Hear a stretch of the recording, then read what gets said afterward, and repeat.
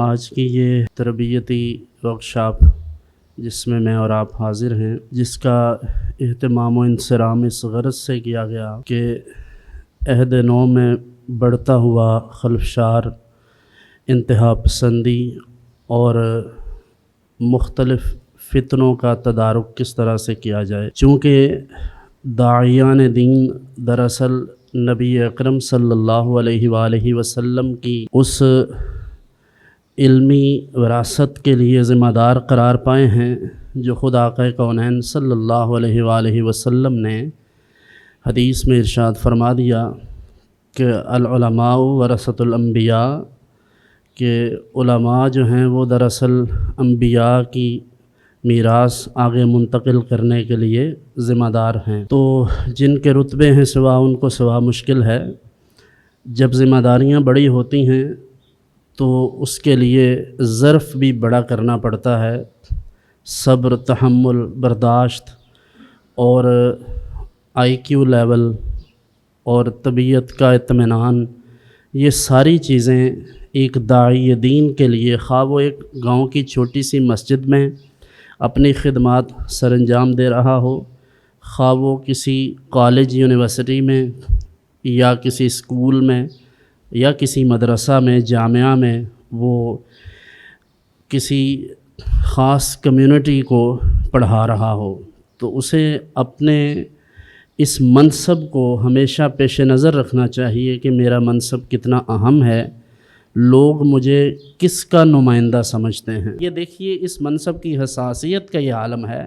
کہ اللہ تعالیٰ ارشاد فرماتا ہے یا ایھا الرسول بلغ ما انزل الیک، اے رسول آپ پہنچا دیجئے لوگوں تک جو آپ پر نازل کیا گیا ہے۔ فَإِن لَمْ تَفْعَلْ،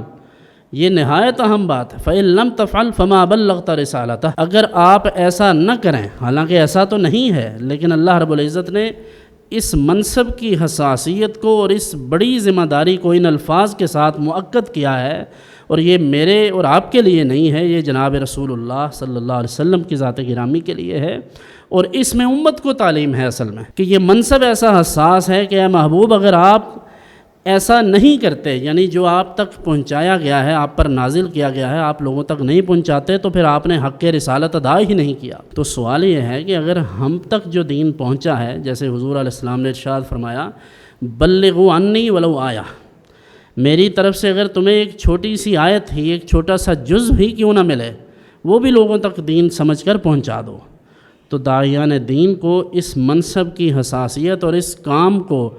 کار نبوت سمجھ کر انجام دینا چاہیے کہ یہ اللہ کے نبیوں والا کام ہے۔ ایک اور چیز میں عرض کرتا ہوں، یہ آپ علماء کے لیے خاص طور پر، میرا تو اس باب میں پہلے دن سے ہی یہ فہم دین ہے کہ تبلیغ کا حق ہر اس شخص کو ہے جو مسلمان ہے، لیکن ایکیڈیمکس یعنی جو باریک مسائل ہیں، اصولی مسائل ہیں، ان پر عام علماء کو بھی بات نہیں کرنی چاہیے، چاہے جائے کہ پبلک ان کو ڈسکس کرے۔ اس کے بعد داعیان دین کا رویہ اچھا ہونا چاہیے، یہ ایک بڑا اہم معاملہ ہے، یعنی جو دعوت و تبلیغ کا کام کرنے والے لوگ ہیں انہیں